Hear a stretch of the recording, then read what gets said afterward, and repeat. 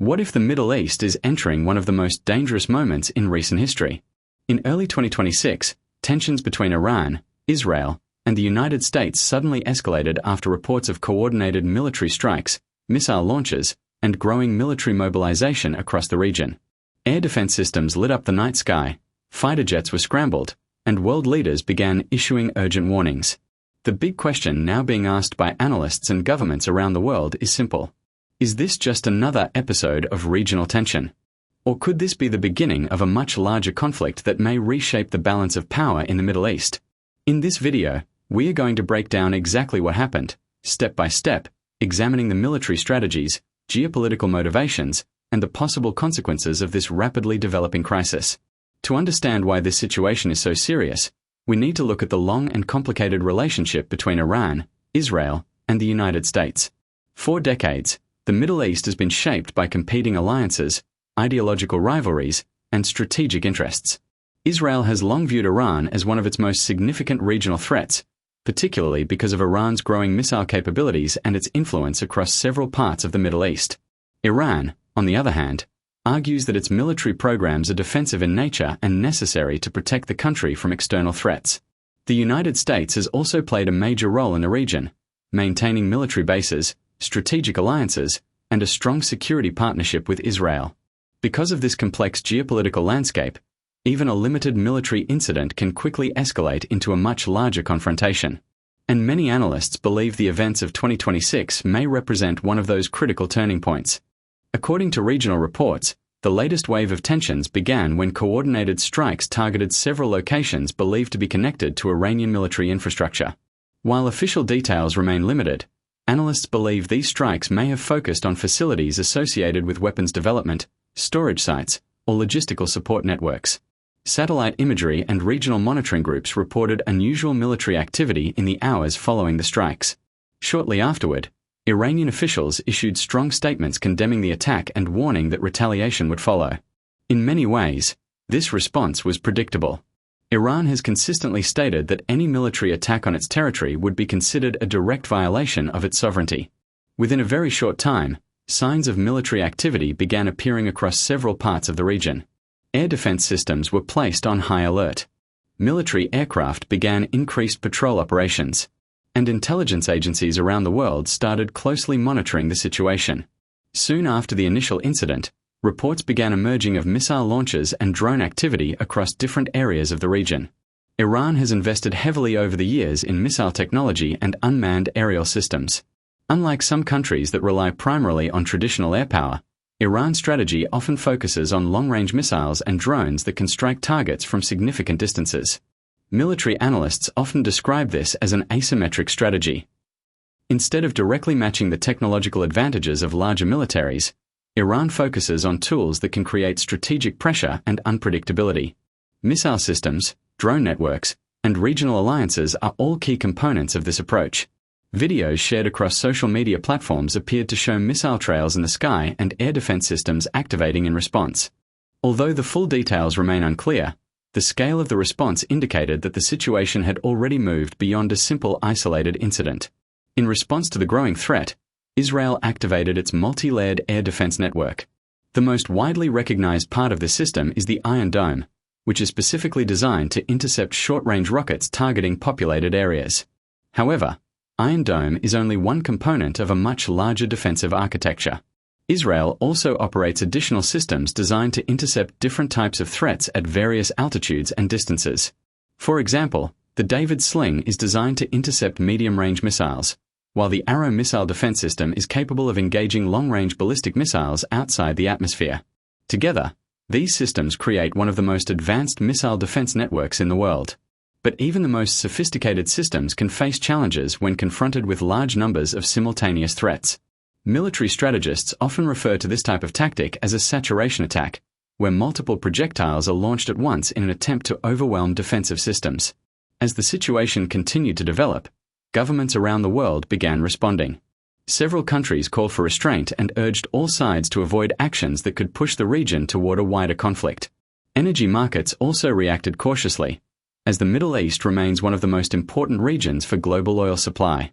Any disruption in the region can quickly influence shipping routes, oil production, and global energy prices. At the same time, international observers began asking an important question. Could this escalation remain limited, or might it trigger a broader regional confrontation involving multiple countries? For now, the answer remains uncertain. But what is clear is that the Middle East has entered another critical moment in its geopolitical history. And the events unfolding now may shape the region's future for years to come. After the initial escalation that shocked the region, attention quickly shifted to the question everyone was asking. Why did the United States and Israel decide to strike Iran at this moment? According to several analysts and intelligence reports, the operation was not sudden. It was reportedly planned for weeks, possibly even months. Tensions between Israel and Iran had already been building for years. Israel has long accused Iran of expanding its military influence across the Middle East through allied groups and advanced weapon systems. At the same time, the United States has repeatedly warned that it would not allow Iran to threaten its allies or destabilize key shipping routes in the region. But what exactly triggered the recent strikes? Sources suggest that intelligence agencies detected unusual activity around several Iranian military facilities. These locations were believed to be connected to missile development, drone technology, and strategic command operations. For Israel, this raised a serious concern. Israeli defense officials reportedly believed that waiting any longer could allow Iran to strengthen its capabilities even further. As a result, a coordinated strike plan was prepared. Late at night, multiple fighter jets reportedly entered the airspace through carefully planned routes designed to avoid early detection. Military analysts believe that advanced stealth aircraft and electronic warfare systems were used to reduce radar visibility and confuse defensive systems. Within minutes, precision-guided missiles struck several high-value targets. Explosions were reported near facilities believed to be connected to missile storage and drone command centers. Satellite imagery later showed significant structural damage in some of these areas. For Israel, the goal was clear: disrupt Iran's ability to rapidly launch large-scale attacks. However, the United States also played an important role in the operation. American military assets in the region reportedly provided intelligence support, surveillance data, and early warning systems. This type of cooperation between the United States and Israel is not new. Over the years, both countries have conducted joint military exercises designed to simulate complex regional conflict scenarios. These exercises often focus on missile defense, coordinated air operations, and rapid response strategies. Experts believe that many of the tactics used in the recent strikes were developed during those training missions. But despite the precision of the attacks, the operation carried enormous risks. Iran possesses one of the largest missile arsenals in the Middle East. The country has spent decades developing both ballistic missiles and advanced drone systems capable of reaching targets hundreds or even thousands of kilometers away. That means any direct strike against Iran almost guarantees retaliation. And that retaliation came quickly. Within hours of the reported airstrikes, Iranian forces began preparing their response. Military bases increased alert levels. Air defense systems were activated across multiple regions. Missile units reportedly moved into launch positions. The message from Tehran was clear: Iran would not allow such strikes to go unanswered. Meanwhile, governments around the world began closely monitoring the situation. Many feared that the conflict could rapidly escalate beyond a limited military exchange. Shipping companies became concerned about the safety of major oil routes. Energy markets reacted immediately. Even small disruptions in the Middle East can send shockwaves through global energy supply chains. Oil prices began fluctuating as traders tried to understand whether the situation would stabilize or spiral into a wider war. Diplomatic channels also became extremely active. Several countries called for immediate restraint from all sides. International organizations urged leaders to avoid actions that could push the region toward a larger conflict. But once missiles and airstrikes begin, controlling escalation becomes extremely difficult. Military decisions often trigger rapid counterresponses. Each side wants to demonstrate strength while avoiding appearing weak to both domestic audiences and international observers. For Israel, maintaining deterrence is considered essential for national security. For Iran, responding strongly is often viewed as necessary to show that it cannot be pressured or attacked without consequences. This dynamic creates a dangerous cycle. One strike leads to another. One retaliation leads to the next. And the risk of miscalculation increases with every passing hour. Another factor making the situation even more complex is the presence of multiple armed groups across the region. Some of these groups are closely aligned with Iran. Others are allied with Western or regional powers. In a crisis like this, even a single local incident can ignite a much larger confrontation. For example, attacks on shipping vessels, military bases, or border areas could quickly draw additional countries into the conflict. That is why many analysts describe the Middle East as one of the most strategically sensitive regions in the world.